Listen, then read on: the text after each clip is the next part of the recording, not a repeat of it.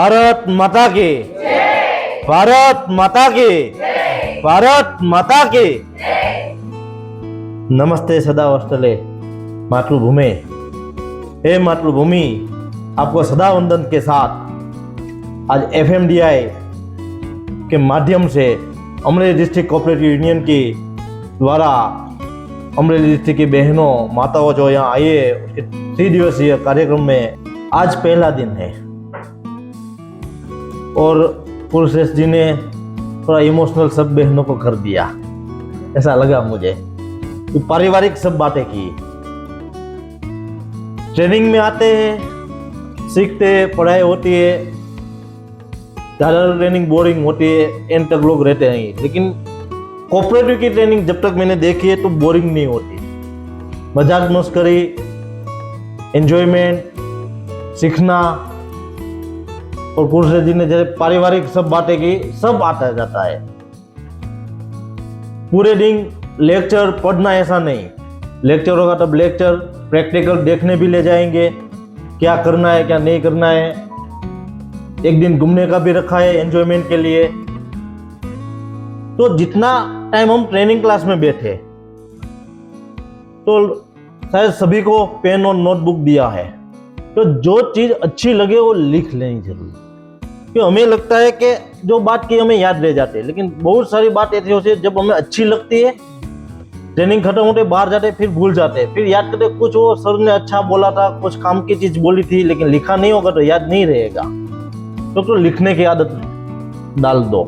जो चीज ये 3 दिन में आपको अच्छी लगे वो लिख दो, पॉइंट आउट कर लो, तो आपको जब जरूरत होगी वो कहीं ना कहीं काम लगेगी।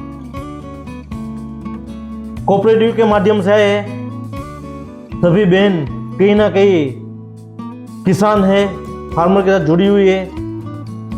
अपना देश खेती प्रधान देश है।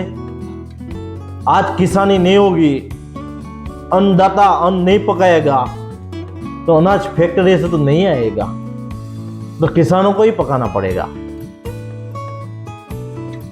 किसान एक ऐसी चीज है किसान में कि एक दाना आप जमीन में बोओगे तो 10 गुना बाहर आएगा। ना कोई भी बड़ी बड़ी फैक्ट्री हो, कंपनी हो, उसमें 1 किलो चीज आप डालोगे तो उसका प्रोडक्शन आएगा 1 किलो की जगह कम होके ही आएगा प्रोडक्शन होने के बाद, वो बढ़ेगा नहीं। लेकिन अनाज किसान जो चीज जमीन में डालते हैं वो 10 गुना बढ़ के आती है।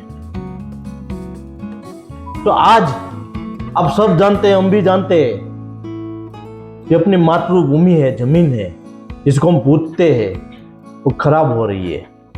क्यों? क्योंकि हमने जरूरियात से ज्यादा फर्टिलाइजर, यूरिया, डीएपी डाल दिया है। तो बहुत हमने खाद डाल दिया है और उसकी जगह से हमारी वजह से हमारी जमीन खराब हो रही है। बड़ी बड़ी बीमारियां फैल रही है, कैंसर जैसी। आज माताओं बहनें तंबाकू गुटखा नहीं खाती फिर भी कैंसर आ रहा है। क्यों? पहले एक मान्यता रही तंबाकू गुटखा दारू पीते उसको ही कैंसर होता है। आजकल माताओं बहनों को भी होता है, जिसको कोई व्यसन ना हो, ऐसे लोगों को भी बड़ी बड़ी बीमारी आती है। कि उसकी वजह मात्र एक ही है कि अपनी जमीन में इतनी दवाइयाँ चली गई है, तो हमारे जमीन में से जो अनाज आता है, शाक भाजी आती है, उसके द्वारा हमारे शरीर में जाता है। तो बीमारी हमारे कहीं ना कहीं हमारे अंदर आ रही है। तो उसको कैसे कम किया जाए? तो प्रधानमंत्री श्री नरेंद्र मोदी जी 2014 में पहली बार पीएम बने तो उसने सपना देखा था तो हमारे देश में फर्टिलाइजर का यूज कम हो, हमारी जो सोइल है, जमीन है, वो वापस अच्छी हो। तो उसके सपनों को साकार करने का काम किया है तो इफ्को ने नैनो देकर किया है। आज नैनो ऐसी चीज है तो 50 किलो की बैग हम जमीन में डालते हैं, 500 ग्राम की सिर्फ इफ्को की नैनो फर्टिलाइजर जो है, यूरिया, डीएपी, आपको पौधे के ऊपर छाटना है, जमीन में नहीं देना है। तो 100% उसका फायदा होगा। और जमीन में यूरिया नहीं जाएगा तो जमीन भी आहिस्ते आहिस्ते अच्छी होगी। आज अड़सिया यानी कैप्चे की बात हुई। आज कहीं पर भी हमारी जमीन में देखेंगे, सोइल में देखेंगे, केचुआ नहीं दिखेगा। केचुआ यानी हम गुजराती में अड़सिया बोलते हैं, हिंदी में केचुआ बोलते हैं। तो वापस आने चाहिए। वो कुदरती खाद हमारी जमीन में नेचुरली वैसे बन जाती थी। जीवामृत है। आज हमारे वहाँ यूज करने वाले कम लोग हैं। हमारे गुजरात के राज्यपाल इतने एक्टिव है कि हम भाग्यशाली है। तो राज्यपाल है होते हुए भी गांव-गांव घूम के किसानों को सिखा रहे हैं कैसे जीवामृत बनाया जाए, गोबर से कैसे खाद पकाई जाए और पूरे राज्य को प्राकृतिक कैसे बनाया जाए, उसके लिए वो गांव-गांव जाके काम करते हैं। किसानों के घर पे जाके खुद खाते हैं, रहते हैं, नाइट वहां गुजारते हैं, वरना राज्यपाल को कितनी सुविधाएं मिलती है। लेकिन गुजरात के किसान कैसे आगे बढ़े, अपनी सोइल कैसे अच्छी हो, किसानों की आमदनी कैसे बढ़े और फर्टिलाइजर का यूज कम हो और नेचुरल खाद का यूज ज्यादा हो और ऑर्गेनिक पाक आए, प्राकृतिक पाक आए, उसके लिए वो मेहनत करते हैं। आज प्राकृतिक और ऑर्गेनिक जो भी उगता है तो उसकी प्राइस भी मार्केट में ज्यादा मिलती है। तो आज क्यों हम ना यहाँ 3 दिवसीय ट्रेनिंग में आए, तो कहीं ना कहीं खेत के साथ जुड़े हुए, तो अपने खेत से ही शुरुआत करो कि अगले साल हमें यूरिया डीएपी दाना नहीं यूज करना है, सिर्फ नैनो यूज करना है। रिजल्ट पूरे देश में मिल रहे हैं, लेकिन एक नेगेटिव किसी लोगों ने फैला दिया है कि कंपल्सरी फर्जियात दे रहे हैं, ये काम का नहीं है। तो कुछ लोगों के दिमाग में ऐसा बैठ गया कि काम का नहीं है। जो लोग यूज कर रहे हैं उसको तो 100% फायदा दे ही रहा है। अब तो कंपल्सरी देना भी बंद कर दिया है। शुरुआत में देते थे तो लोगों को मुश्किलें आ रही थी, भाई कंपल्सरी क्यों नैनो दे रहे हैं, तो अब नहीं दे रहे कंपल्सरी। फिर भी मैं कोऑपरेटिव के साथ जुड़ा हुआ हूँ, मेरी भी कोऑपरेटिव सोसाइटी चल रही है। तो जो किसान को नैनो अपने खेत में अच्छा लग रहा है काम करे, वो सामने से ले जा रहे हैं। वैसे ही इफ्को ने अभी नया ऑर्गेनिक फर्टिलाइजर जीवामृत निकाला है, सबसे लाभदायक है और बिल्कुल प्राकृतिक प्रक्रिया से बनता है। जो अपने केला खाते हैं उसका थर्ड जो होता है पूरा, उसके बेस से वो बनता है। और उसकी शोध गुजरात के नवसारी यूनिवर्सिटी में शुरुआत में हुई थी। जब अपने तत्कालीन मुख्यमंत्री नरेंद्र भाई मोदी गुजरात के थे, तब नवसारी यूनिवर्सिटी ने जीवामृत की शोध की थी। केले का जो वेस्ट निकलता था, क्योंकि नवसारी के साइड केले के पेड़ खेती ज्यादा होती है, तो किसानों को केले का थड़ है कहाँ देना, कैसे निकाले, तो उसको निकालने के लिए भी खर्चा आता था। तो गुजरात गवर्नमेंट ने सोचा कि किसानों को फायदा कैसे हो, तो उसके खाद बनाया। बीच वाला उसका जो होता है उससे चॉकलेट बनती है, बनाना फाइबर भी बनता है, क्योंकि जीवामृत जो उसका खाद निकल जाता है, रस जूस निकल जाता है, फिर जो फाइबर बनता है तो उसके कपड़ा भी बनता है, कागज भी बनता है। आज कुदरत ने हमें इतना कुछ दिया है, लेकिन हम यूज सब नहीं कर रहे। जैसे जैसे टेक्नोलॉजी आ रही है, विज्ञान आगे से आगे बढ़ रहा है, तो पता चल जा रहा है और हम उसका यूज कर रहे हैं। आप यहाँ से 3 दिवसीय जो ट्रेनिंग लो, सामाजिक खाद की, तो यहां से ट्रेनिंग लेके वहां जाके भूल नहीं जाना है। आपको वहां जाके जो भी किसान परिवार से है, अपने परिवार में जो खेत पे जा रहा है, तो उसको बोलना कि देश को बचाना है, अपनी जमीन को बचाना है, कि जमीन को मां कहते हैं, उसकी पूजा करते हैं। तो मां की रक्षा करनी है तो फर्टिलाइजर यूज कम करना ही पड़ेगा। आज बड़े बड़े देश फर्टिलाइजर कैसे यूज कम हो उसके लिए सोच रहे हैं, और पूरे वर्ल्ड में नैनो फर्टिलाइजर जो है उसकी सोच के तो भारत देश ने की है। तो हम क्यों नहीं यूज कर रहे हैं? अपने लिए गर्व की बात है। इफ्को नैनो का वर्ल्ड में बहुत सारी कंट्री अपने देश से वहां ले जाके यूज कर रही है। अमेरिका जैसा सद्धर देश है जिसको हम जगत जमादार बोलते हैं, वो भी भारत देश से इफ्को नैनो डीएपी का नैनो लेके यूज कर रहे हैं, उसके किसान भी यूज कर रहे हैं। तो अपने देश को किसानों को क्या तकलीफ है? आज आगे बढ़ना है तो हमें टेक्नोलॉजी को यूज करना पड़ेगा। आगे बढ़ने के लिए ऑर्गेनिक खाद का यूज करना पड़ेगा, और प्राकृतिक हो सके तो उससे तो उत्तम कुछ नहीं, क्योंकि हजारों साल पहले कोई खाद बाद नहीं था, प्राकृतिक खेती होती थी, फिर भी लोगों का जीवन लोग जी रहे थे, अच्छी तंदुरुस्ती के साथ जी रहे थे, इतनी सारी बीमारियां नहीं थी। आज जैसे टेक्नोलॉजी आई, नई नई शोध हुई, नए नए केमिकल की दवाई आई, खाद आया, बीमारियां इतनी बढ़ रही है, तो हमें तंदुरुस्त रहना है। तो प्राकृतिक ही एक ऐसी चीज है जिससे हम तंदुरुस्त रह सकते हैं।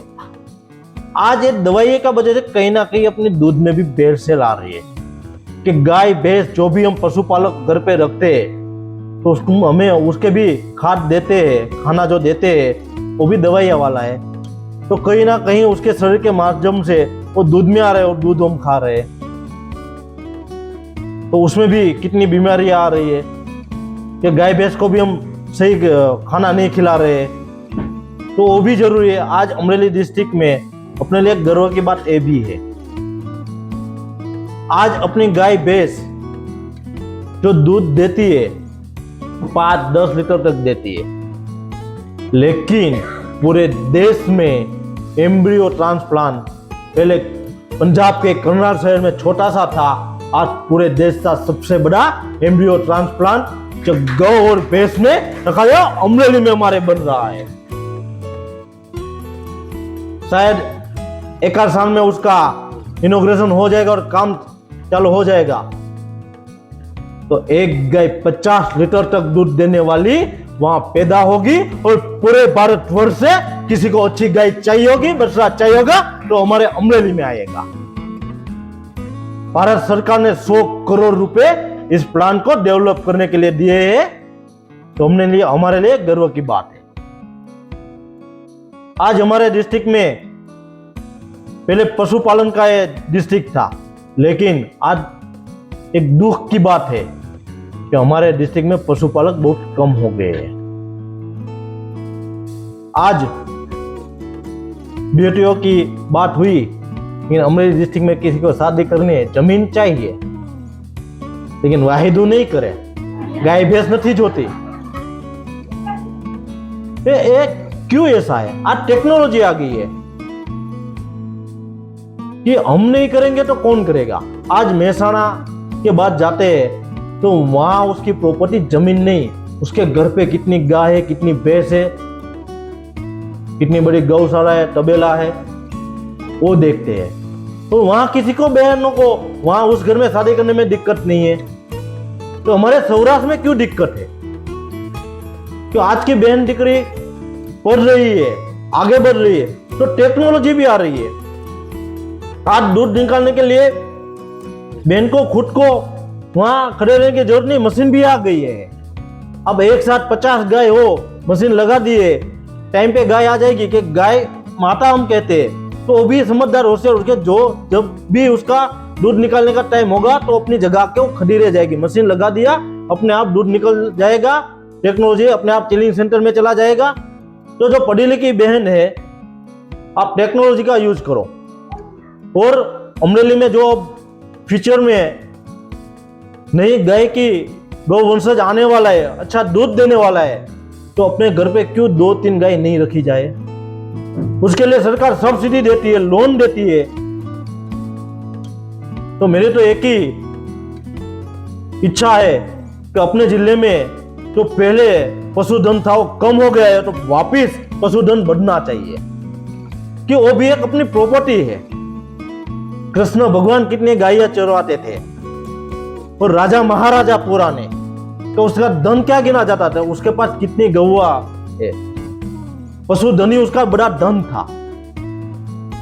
तो आज तुम प्रॉपर्टी में ही पागल हो जा रहे हैं, कितनी ज्यादा जमीन है, कितने गहने हैं, वो पड़े रहेंगे, लेकिन पशुधन होगा तो रोज आंगनी आएगी। अमल डेयरी हो गई है, 35,000 से ज्यादा परिवार अमरेली डिस्ट्रिक्ट के अमल डेयरी के माध्यम से उसकी रोजी रोटी चल रही है। तो 35,000 ही क्यों, 1 लाख परिवार क्यों अमल डेयरी के माध्यम से नहीं चल पाए?